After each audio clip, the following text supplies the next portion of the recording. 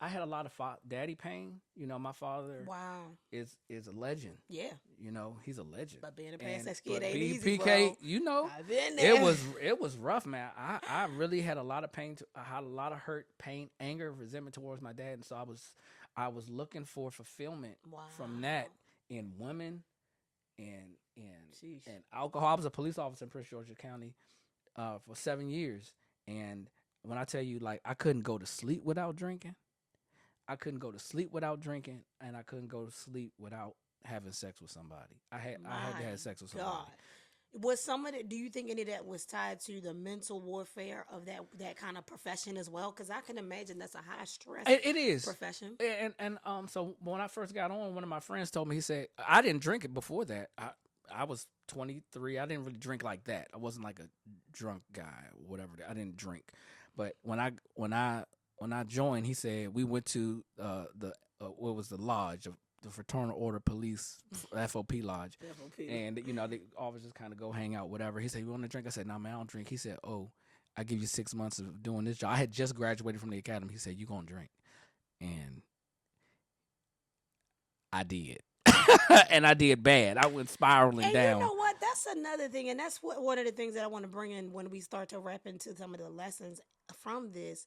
I believe that some people don't recognize that their environments have pushed them to do things that maybe they wouldn't ordinarily do. And without that support and community to be able to help and identify and be accountable, people, really don't want to be accountable. They don't want to really be accountable. And so when you don't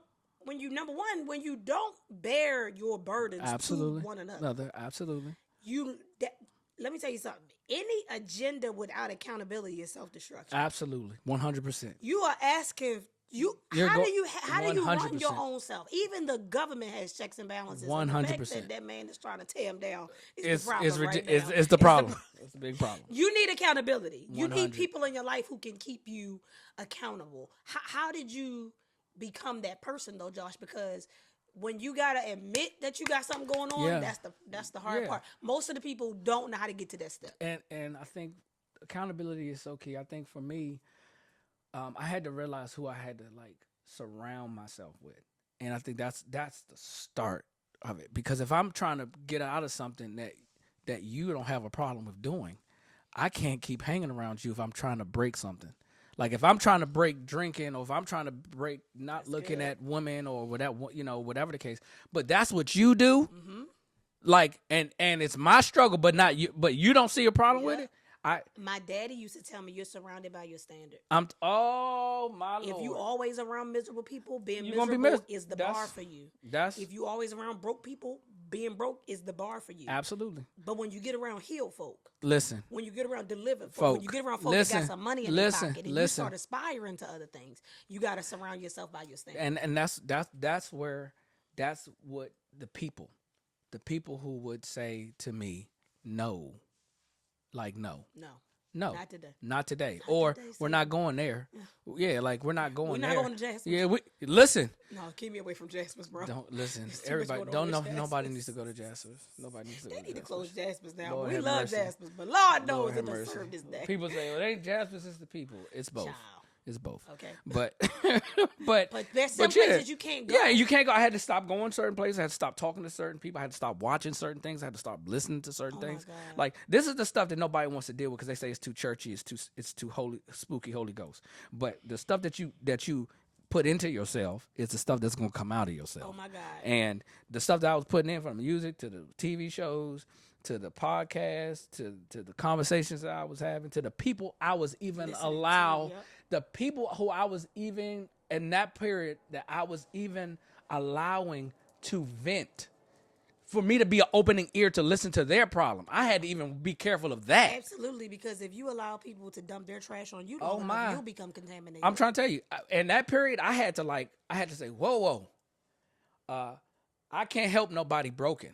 I got to fix myself and let God start to do the work in me, so that I can, because I'm the blind leading the blind. And then and that's what they say, like, you ain't good to nobody if you don't, like, you ain't good to nobody if you're not good. And I wasn't good, and I realized that I wasn't good to nobody because I wasn't good. And that's the thing. A lot of people sometimes get wrapped up in addictions because they are trying to bear the burdens of their situations Absolutely. privately, and most of them are trying to bear and manage homes, businesses, dreams, ideas, but you're not even good to yourself or your vision or your plan. Absolutely. If you are falling apart and falling to pieces. Accountability is a key thing, and later on I'm gonna give some things that I think I took away from some of the things I went through, because when I was dealing with addiction, the funny thing is I remember Dr. Claudette Copeland said to me, she said, Marissa, be careful not to become addicted to the road. She told me that as a preacher. She said, because it's easy to get caught up in people flying you out, Ooh. paying your meals, Ooh. putting you in hotels. That's real. Baby, but when I tell you I had to be mindful of not allowing the environment and the treatment to make me become addicted to the road and not the relationship. See, because what you were talking about is what you put in, what you put out. It's almost like an athlete. Y'all know I'm a football lover. I've been watching these athletes, and I watch their lives, and I look at their commitment and dedication. They are able to produce at such high levels because they're conscientious of what they do to their bodies. Yep. This is the temple of the Lord. Yep. If I expect God to dwell here, I gotta give him a place to dwell. Ooh, Farrow. And so it comes down to, sometimes it's not even about, is it a sin? Does it please God? Does it please God? Does it give him a place to dwell? Does it give him a place to speak to me? Does it give me clear access, clear channel to be able to hear him? Because I remember as a young girl, I remember my youth pastor telling us, sin separates you from God. God. These are simple things. These are simple things. And so